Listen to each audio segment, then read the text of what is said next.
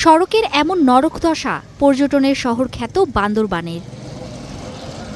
অধিকাংশ সড়ক জুড়ে খানাখন্দ আর ছোট বড় গর্ত। পৌর এলাকার কলেজ থেকে হাসপাতাল সড়ক, নিউ গুলশান ক্যাচিংঘাটা বনরূপা স্টেডিয়াম এলাকা, হাফেজঘোনা সহ বিভিন্ন এলাকায় যত্রতত্র সড়ক কেটে ফেলায় চরম ভোগান্তিতে এলাকাবাসী।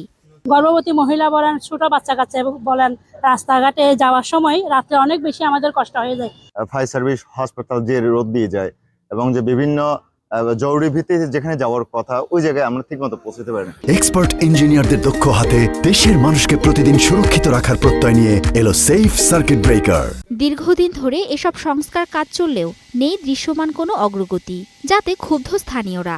রাস্তাটা অনেক দিন ধরে ভেঙে আছে, রাস্তাটা পুরসভা ঠিক করতেছে না। আমরা কোন একটা বিপদ হলে একটা গাড়ি নিয়ে তাড়াহুড়া করে যেতে পারি না। একটা ইমার্জেন্সি যদি অ্যাম্বুলেন্স নিয়ে যদি ঢুকা লাগে, যে আমরা রোগীটা অ্যাম্বুলেন্সে নিতে পারবো না, যে এমন অবস্থা। এই অবস্থায় দ্রুত সড়ক সংস্কারের আশ্বাস দেন পৌর প্রশাসক।